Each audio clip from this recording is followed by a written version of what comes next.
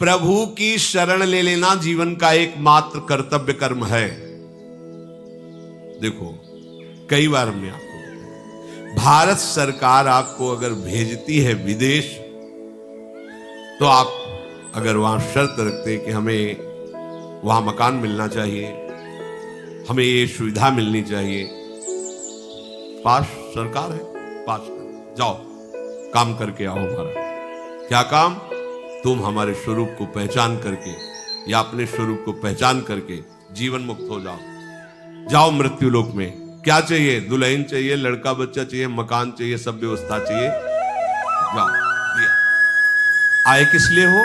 सरकारी काम से आए हो। साधन धाम मोक्ष कर द्वारा, पाई न जे परलोक संभारा। आप काहे के लिए आए हो? साधना करके भगवत प्राप्ति करने की। सब मनुष्य शरीरधारी ये सुविधाएं आपको काहे की मिली? भगवत सेवा के लिए। नाथ सकल संपदा तुम्हारी, और हमारे जो मिली है वो आपकी सेवा की। मैं सेवक समेत सुत नारी। बढ़िया भगवत प्राप्ति का उपाय। आप नहीं रह सकते थे अकेले, इसलिए भगवान ने आपको परिवार की सुविधा दे दी, मकान दे दिया, व्यवस्था कर दी। अब आपने ये कर्तव्य भूल करके उसी को केवल कर्तव्य मान लिया, उसी को अपना मान लिया कि मैं इनका स्वामी हूं, ये मेरे बच्चे, मेरी पत्नी, मेरा परिवार, मेरी संपत्ति दी है सरकार ने। अब आप विदेश जब भारत सरकार के द्वारा भेजे गए थे, 40 साल 50 साल जो भी कार्य दिया गया, आप वापस आए, पूछा गया जो आप सरकारी काम से गए थे वो काम किया नहीं? बच्चे पैदा किए, उनको पढ़ाना लिखाना, ब्याह हुआ, सब इतने काम थे, तो आपको जानते क्या किया जाए? जेल में डाल दिया, तो दंड दो। क्योंकि जितनी भोग सामग्री सरकार ने दी थी वो अपने काम कराने के लिए थी, और इसने सरकारी काम कुछ नहीं किया, इसलिए दंड का अपराधी है, उसको दंड, या अपराधी उसको दंड का। ऐसे ही हमको दंड मिला। साधन धाम मोक्ष कर द्वारा, पाए न जे परलोक समस्व, परत्र दुख पावई परिणाम, सिर धुनि धुनि पछताए, काल ही कर्म ईश्वर मिथ्या दोष लगाए। क्यों? क्योंकि जीव ही तुम्हारा मृत्यु का समय आएगा, हर सरकारी सुविधा छीन ली जाएगी, तुम्हारा शरीर छीन लिया जाएगा, शरीर संबंधी छीन लिए जाएंगे, जितनी धन संपत्ति यश नाम सब हटा दिया जाएगा। अब बचे आप अकेले। कहां गए? सरकार के सामने। जिस काम के लिए भेजा गया था वो काम किया नहीं। अब आपके पास कुछ है नहीं, क्योंकि सब सरकारी छीन गए। अब चलो सजा के सजा भोगो, क्योंकि जिस काम के लिए गए थे तुमने काम बिल्कुल ठीक समझो। ऐसे ही हमें भगवान ने भेजा है, हर सुविधा हमें मिली है भगवत आराधना के लिए, भजन के लिए। प्रहलाद जी कह रहे इस मनुष्य जन्म में भगवान श्री हरि की शरण ले लेना ही परम कर्तव्य है। सावै पुंसाम परो धर्मो यतो भक्ति अधोक्षजे। परम धर्म क्या है? अच्युत भगवान श्री कृष्ण के चरणारविंद की अविरल भक्ति, अबाध भक्ति। अब आपको समझ में नहीं आ रहा? दुनिया में लाखों का मेला जुड़ा, हंसा जब जब उड़ा तो अकेला उड़ा। अकेले जाओगे, केवल अकेले, न हाथ होंगे न पैर होंगे तुम्हारे साथ, और प्यारे जिस काम के लिए आए हो उसको मत दो। आप आए हो मोक्ष भगवत प्राप्ति के लिए, भजन करते हुए सारे व्यवहार कार्य को कोई मना नहीं। भगवान ने ही तुम्हें सुविधा दी है, भोगो तो भोगो, तुम मना नहीं कर रहे। जो धर्म के अनुसार तुम करना चाहिए, जो भगवान ने तुम्हें प्रसाद रूप से दिया है, अधर्म मत। अधर्म करोगे तो जिस कार्य के लिए आए उस कार्य को जान ही नहीं पाओगे। वो कार्य है भगवत प्राप्ति, और भगवान तुम्हारे अपने हैं। प्रहलाद जी कहे यदेश सर्वभूतानां प्रियात्मेश्वरः सुहृद। नहीं जान पा रहे हो, आपको भगवान बहुत प्यारा है। सही बात, जब पहले निकले थे तो ऐसा लगता था कि भगवान और हम।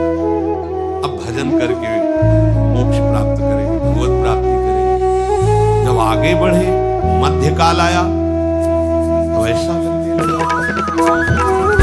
भगवान और हम तो नहीं। जब रिजल्ट की तरफ बढ़े तो लगा कि वही वो है, और उससे प्यारा कोई है ही नहीं।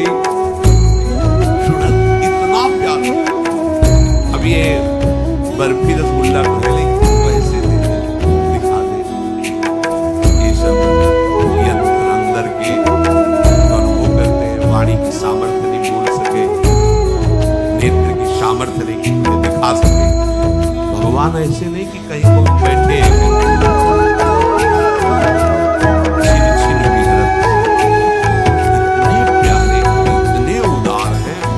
नजदीक है, बस तुम क्या है कि तुम और कुछ समेटे हो, इसलिए तुम्हें अनुभव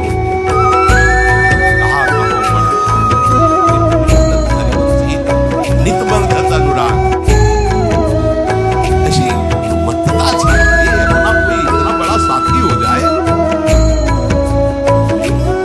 कोई बहुत बड़ा पदाधिकारी हो, तुमसे हाथ मिला तो उसके साथ खाओ पियो बैठ कर कैसा लगेगा?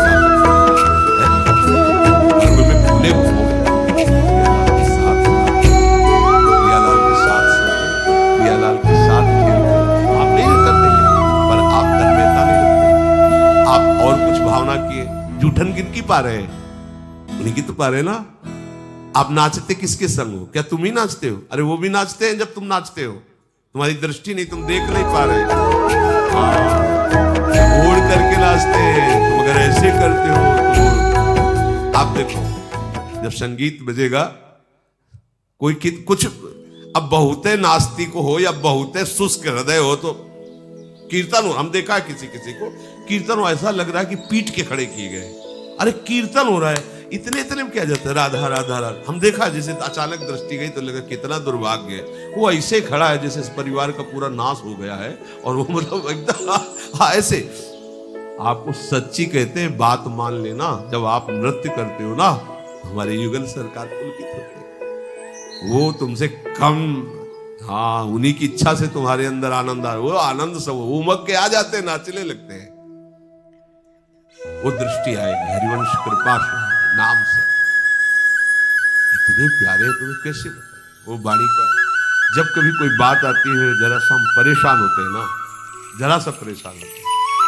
जैसे बच्चा अपना परेशान हो तो माँ कैसे दुलार करती थी, पता है? बैठाल के हाथ फेरती है, दुलार करती। तुम क्यों चिंता करते हो? हाँ, मैं नाच पड़ते हैं। अरे जब कभी ऐसी बात तो लगता है इतना एकांत में, जैसे कभी लाड़, तब ऐसे दुलार मिलता। तुम क्यों चिंता करते हो? मैं हूं ना। एकदम मस्ती आ जाती है, नाच पड़ते हैं। क्या कितने कृपालु लाडली लाल। हम आपको कैसे, इस मनुष्य जन्म का एकमात्र परम कर्तव्य भगवान की शरण। कहां है भगवान? ऐसे दोस्त हैं तुम्हें, फिर वही बस लड़खड़ा जाते कि अब कैसे बताएं। कल शाम की बात कर, नहा के स्नान करके और बैठे, जरा सा जैसे बच्चे कभी है तो कभी चर्चा, ऐसे शरणागति की जरा सी बात,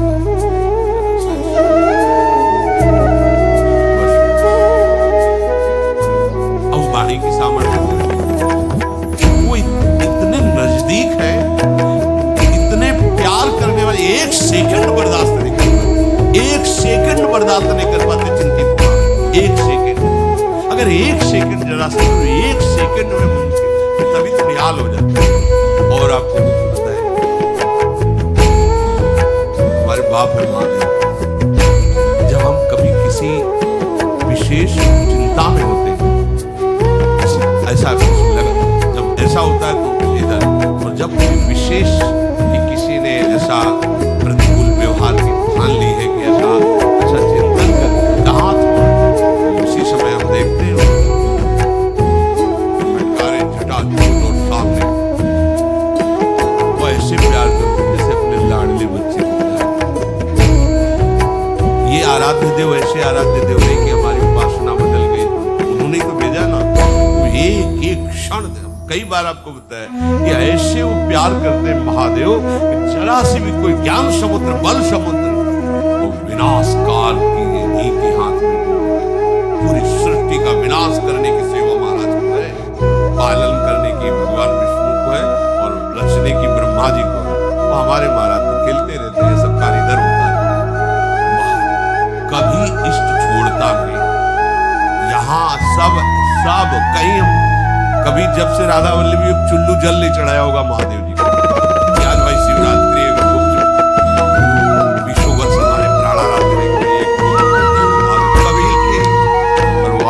तक, जब से स्वीकार किया है आज तक उनकी कृपा बढ़ती जा रही है। वो ये ऐसा ही हफ्ता जाता होगा कि विश्वनाथ जी का बिल पत्र हो जाए, ये तो बाहरी बात। एक मात्र शरण लेके हम महिमा बता रहे इसलिए कि हम तो भूल सकते हैं, वो नहीं भूलते, हम पुकारते भी नहीं कि महाराज, वो महाराज। इसलिए कह रहे सुहृद, सुहृद इतना प्यार करते प्रभु। आत्मेश्वरा, यही बैठे हुए हैं हमारे ईश्वर प्रिय, वो बहुत प्यारे और बहुत प्यार करते हैं आपको। किसको? आपको। यदेश सर्वभूतानाम, सबको, बस ये स्वीकार आप कर लो। शिव प्रहलाद जी कह रहे सुखमेन्द्रियकम दैत्या देह योगेन देहिनाम सर्वत्र लभ्यते दैवा यथा दुःखमयत्नतः तत्प्रयासो न कर्तव्यो यत आयुर्व्ययः परम न तथा विन्दते क्षेमम् मुकुन्द चरणाम्बुजम्। भाइयों, इंद्रियों से जो सुख पा जाता है वो चाहे जिस योनि में वो सबको मिलता है। जनेंद्रिय का सुख, रसेंद्रिय का सुख, ये हर योनि में मिलता है, हर योनि में। सब वस्तुओं की पतंगा, इंद्रा, भय, हार में सब प्रारब्ध के अनुसार सबको ये भोग मिलते हैं। ये बिना किसी प्रकार के प्रयत्न के तुम्हें भोग प्राप्त होते हैं। उसके अनुसार तुम्हें सुख, ये सब ये प्रयास करने की जरूरत नहीं है। हमें संसारी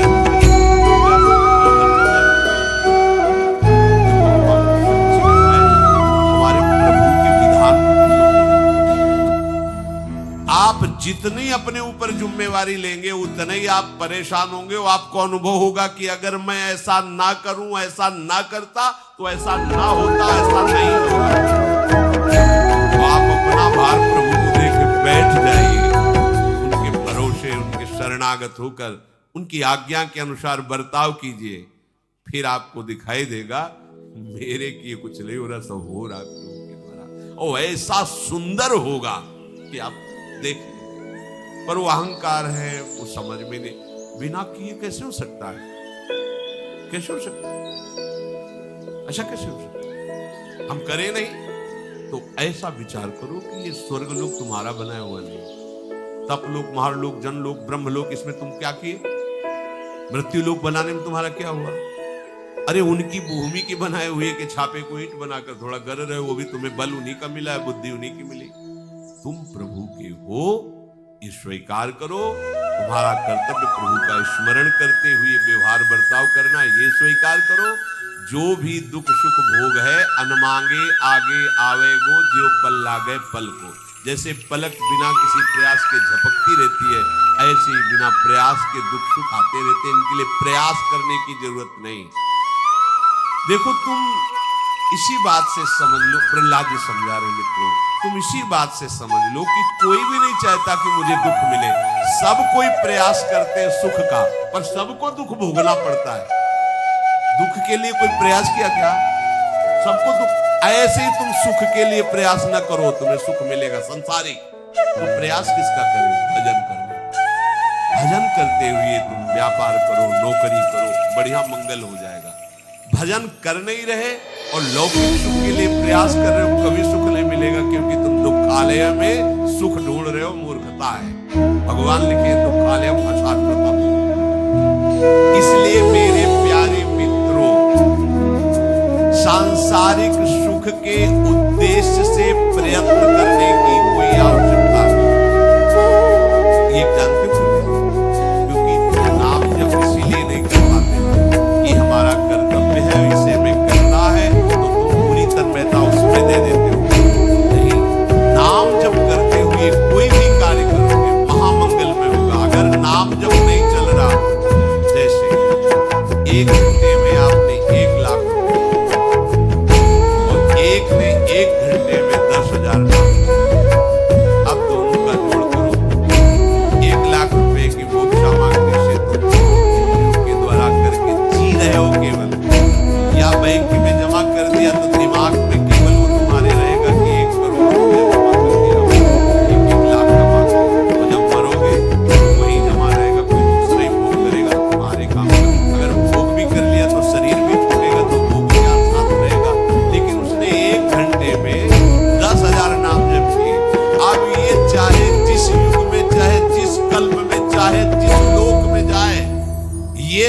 उसको आदर दिलाएगा और ये नाम उसकी पूजा करवाएगा। किसी भी लोक में जाए नाम जप का सम्मान होता है, आदर मिलता है, उसकी संपत्ति कभी नष्ट नहीं हो सकती और इस लोक में उसे संपूर्ण सुखों की प्राप्ति होती है। हम नहीं करे, आचार्य चरण कह रहे, इह परलोक सकल सुख पावत मेरी सो भैया कृष्ण गुण संत। तुम्हें हमारी कसम है, बात मान लो, तुम्हें इस लोक में भरपूर सुख मिलेगा, परलोक में भी परमानंद। तुम कृष्ण का नाम जपो, कृष्ण की गुरु का गायन, क्योंकि ये तो तुम्हें सुख स्वयं मिलने वाला है, इसके लिए तुम परिश्रम करके भगवत विस्मरण करके आयु नष्ट कर रहे हो। ये बहुत बड़ी हानि है, इसकी पूर्ति नहीं। जो इसमें उलझ जाता है वो भगवान का भजन कर ही नहीं पाता। ऐसी माया है घंटों के पूरा जीवन निकल जाता है। हमने विचरण करते समय देखा है, गांव के जैसे 2-4 लोग बैठे होते हो, कोई बहू की बात, कोई बेटे की बात, कोई प्रपंच की बात, कोई राम हरि कृष्ण की चर्चा नहीं करते मिलता कि भगवान का ऐसा स्वभाव, भगवान का ऐसा प्रभाव। ये तो हम भजन करते हैं। हमारे सिर पर काल सवार है, काल को आना जाना नहीं, कभी भी कुछ भी वो लीला करके हमें नष्ट कर सकता है। इसलिए ये शरीर यद्यपि दुर्लभ है, फिर भी ये क्षण भंगुर है, पता नहीं कब नष्ट हो जाए, तो क्या करें? भजन करके भयानक रोग आ जाए, भयानक विपत्ति आ जाए, भगवान को न भूले, ऐसा अभ्यास करो। जब कष्ट आता है ना, तो अगर आपका अभ्यास भजन का नहीं, तो आप भजन, या अधिक सुख आ जाए ना, तो आप भगवान, दोनों हमारे लिए भजन विरोधी बातें हैं। ऐसा अभ्यास करो कि अच्छे से अच्छी अनुकूलता आने पर भजन में छूटे और प्रतिकूलता आने पर भजन में छूटे। जो भजन का अभ्यास नहीं करता, तो जब शरीर स्वस्थ रहता है तो भोगों के भोगने में समय जाता है, और जब रोगग्रस्त हो जाता है रोगों का चिंतन और रोगों का चिंतन। इसलिए बुद्धिमान पुरुष को चाहिए कि यावत स्वस्थ कलेवरम यावत चिंतयेत्। जब तक तुम्हारा शरीर स्वस्थ है, बुढ़ापा दूर है, आग लगने पर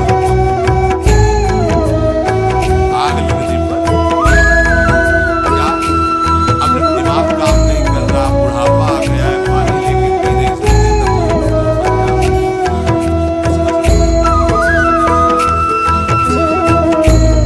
नारी बुरी, घर संपत्ति नासी, गुण उड़ाए, वे सन्यासी। ना हो तो भी वे सन्यासी। अब क्या, वास्तविक बात है, जब तुम्हारी इंद्रियां स्वस्थ हैं, तब तुम धर्म पूर्वक चलते हुए भजन करो। नहीं, जब रोगग्रस्त, बुढ़ापाग्रस्त हो जाओगे, ये सब केवल बाहरी भेद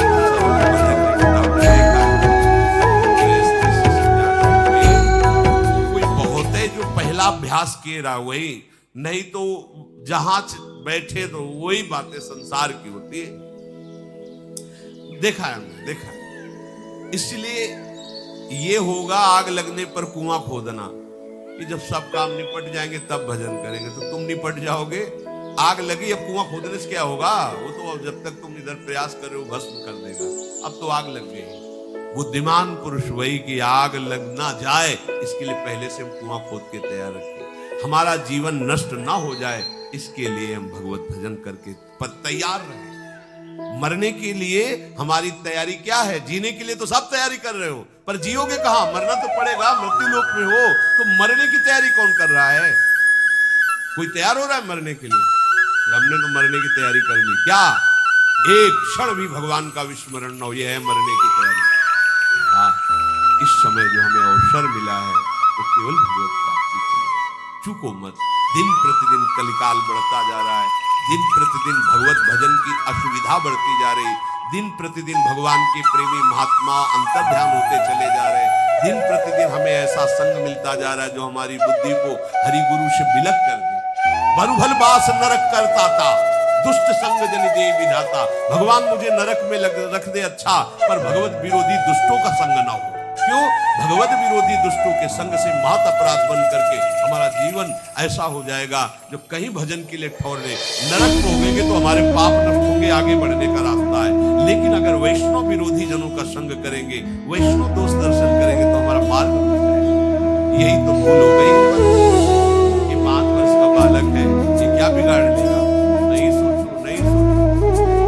100 ग्राम पुराने पेड़ा दुकान वाला ने क्या जो राधा वल्लभ जी को भोग लगता है तो हम सब ललचा जाते हैं।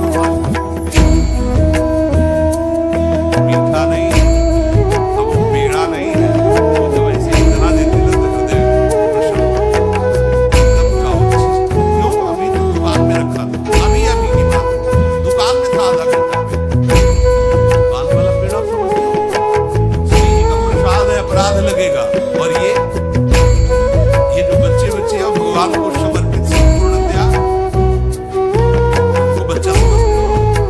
100 ग्राम जड़ पेड़ा, जड़ पदार्थ प्रभु को समर्पित हो गया तो प्रसाद हो गया। और ये चैतन्य घन प्रभु को समर्पित हो गए, नहीं जानते कौन भगवान है, नहीं जानते कौन से। कृपा की हवा आई भी भजन हो रहे। आज के बच्चों का उत्साह क्या होता है? कि संसार के वो सब कार्य करेंगे, वो दृश्य देखेंगे तो और लोग देखते हैं। ये भाग्यवान भी गया, भी मुड़ मुड़ाकर रज लगाकर इतने से भगवान देख रहे ना भी उनको, या कोई भी जीव उनकी अवस्था पर मत जाओ। 16 वर्ष के सुखदेव जी, शास्त्रों वर्ष के बड़े बड़े ब्रह्म ऋषि सब खड़े हो गए। श्री कृष्ण अनुराग के छत्र, ये सब आज शालिग्राम की श्री विराजमान